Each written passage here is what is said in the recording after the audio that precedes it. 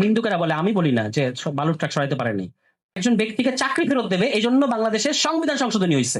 মিয়া বিবি রাজি, কে আকারে কাজী সংবিধান ভায়োলেট করতেছেন, নাম দিচ্ছেন সাংবিধানিক ধারাবাহিকতা।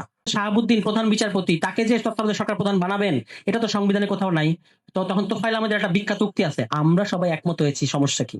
মানে মিয়া বিবি রাজি, কে আকারে কাজী। মানে এইটাই হলো বাংলাদেশের রুলিং ক্লাসের আন্ডারস্ট্যান্ডিং অফ দি কনস্টিটিউশন। তারা প্রধান বিচারপতিকে তত্ত্বাবধায়ক সরকার প্রধান বানাইছে, যেটা সংবিধানে নাই। অর্থাৎ আপনি সংবিধান ভায়োলেট করতেছেন, নাম দিচ্ছেন সাংবিধানিক ধারাবাহিকতা। আচ্ছা, এবার আবার শাহাবুদ্দিন সাহেব ডাকতেছেন, আসো আসো তুমি তত্ত্বাবধায়ক সরকার প্রধান হও। শাহাবুদ্দিন বলছে, দেখছে যে ওরা তো ফাঁদে পড়ে গেছে, তো একটা একটা কন্ডিশন দিতে হবে। বলছে হ্যাঁ আমি হব তত্ত্বাবধায়ক সরকার প্রধান, আমাকে কিন্তু আবার প্রধান বিচারপতি বানাইতে হবে। তখন এখন ক্ষমতায় যাওয়ার আগে আমাদের দল তো সব একমত হয়, বিএনপি আওয়ামী লীগ, প্রধান বিচারপতি কেন, সবই বানাবো আপনাকে। আছেন, এখন হয়ে গেছে, নির্বাচন হয়ে গেছে, আর তো প্রধান বিচারপতি বানায় না। তখন শাহাবুদ্দিন সাহেব রেডিওতে একটা ভাষণ দিছে, আপনারা কি ভুলে গেছেন, আপনারা এটা বলছিলেন। তখন বিএনপি দেখছে যেটা বেশি নিমখারামি হয়ে যায়, তখন তাকে চাকরি ফেরত দেওয়ার জন্য, মানে প্রধান বিচারপতি থেকে রাষ্ট্রপতি হয়েছে, এখন রাষ্ট্রপতি থেকে তাকে আবার প্রধান বিচারপতি বানাবে, অর্থাৎ একজন ব্যক্তিকে চাকরি ফেরত দেবে, এই জন্য বাংলাদেশের সংবিধান সংশোধনী হয়েছে। একজন ব্যক্তিকে চাকরি ফেরত দেওয়ার জন্য বাংলাদেশের সংবিধান সংশোধনী হয়েছে। আমরা এখন গণ অভ্যুত্থানের পরে সংবিধান সংস্কার চেয়ে মহা অপরাধ ফেলছি, একটা গণ অভ্যুত্থানের পরে, একটা রক্তাক্ত গণ অভ্যুত্থানের পরে। আচ্ছা, তিনবার, এটা তো একবার বললাম, বাংলাদেশ ইতিহাসে তিনবার ব্যক্তিকে কেন্দ্র করে সংবিধান সংশোধনী হয়েছে, তিনবারের সাথে মাশাআল্লাহ বিএনপি জড়িত। একটা হচ্ছে শহীদ প্রেসিডেন্ট জিয়াউর রহমান শহীদ হওয়ার উপরাষ্ট্রপতি ছিলেন হচ্ছে বিচারপতি সাত্তার। এখন তৎকালীন ডিপ স্টেট এবং বিএনপির একাংশ বেগম খালেদা জিয়াকে চাচ্ছিলেন না যে উনি এসে ধরে। এখন উনি একজন বিধবা নারী, 40 দিনের মধ্যে উনি তো রাজনীতিতে আসতে পারবেন না। এই 40 দিনের মধ্যেই একটা নির্বাচন করে ফেলতে হবে যাতে বেগম জিয়া না আসতে পারে। That was the plan of the deep state and বিএনপির একাংশ।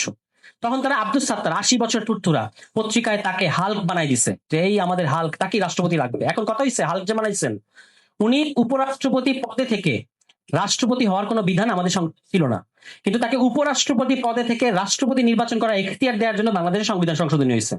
এবার হলো চতুর্দশটা কি, ওই যে 6 সালে আবার বিএনপি দেখছে তত্ত্বাবধায়ক সরকারের প্রধান হয় একটা বাই ডিফল্ট পোস্ট, সর্বশেষ অবসরপ্রাপ্ত প্রধান বিচারপতি। এটা তো একটা প্রশ্ন ফাঁসের মতো, মানে আপনি আগেই জানেন যে সর্বশেষ অবসরপ্রাপ্ত প্রধান বিচারপতি, আপনি যখন ক্ষমতা ছাড়বেন তখন সর্বশেষ অবসরপ্রাপ্ত প্রধান বিচারপতি হবে তত্ত্বাবধায়ক সরকার প্রধান, বাই ডিফল্ট পোস্ট। কোনো সার্চ কমিটি করে কোনো বিশিষ্ট ব্যক্তিকে আনা এরকম না, একটা বাই ডিফল্ট পোস্ট হবে তত্ত্বাবধায়ক সরকার প্রধান। তো বিএনপি দেখছে যে আচ্ছা, আমি যখন ক্ষমতা ছাড়বো তখন বিচারপতির বয়স 65 ছিল, মানে অবসরের বয়স। তো বিচারপতির বয়স যদি, অবসরের বয়স যদি 65 থাকে, তাহলে আমি যাকে সর্বশেষ অবসরপ্রাপ্ত প্রধান বিচারপতি হিসেবে চাই সে হইতে পারবে না, তাহলে তাকে আরো 2 বছর বাড়ানো দরকার, 67 করা দরকার।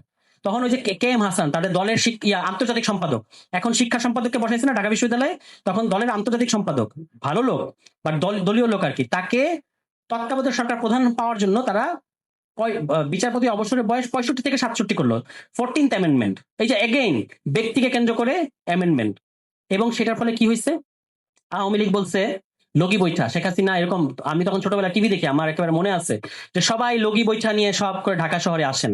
এই ঢাকা শহরে লগি বৈঠা হয়েছে, লাশের উপর নৃত্য হয়েছে, এবং আওয়ামী লীগ বলছে এটা গণতন্ত্রের পুনরুদ্ধার।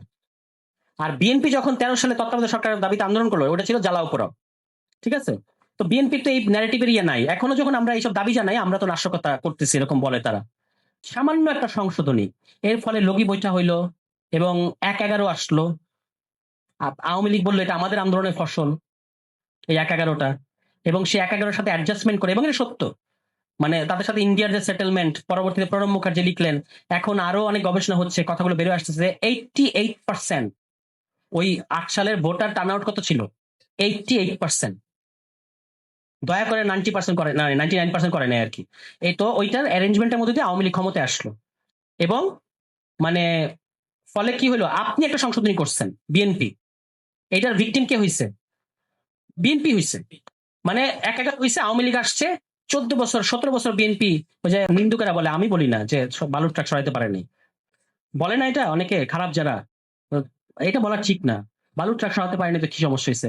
তা আমি দেখলাম যে কোন একটা টেলিভিশন, নাম বলবো না, তারা একটা ডকুমেন্টারি বানাইছে, 1 দফার ঘোষক বানাইছে তারেক রহমানকে, মানে ক্যাপ্টেনকে। ঠিক আছে, তো এই যে 17 বছর আপনি এটার মধ্যে করলেন, এটা তো আপনি শুরু করছেন।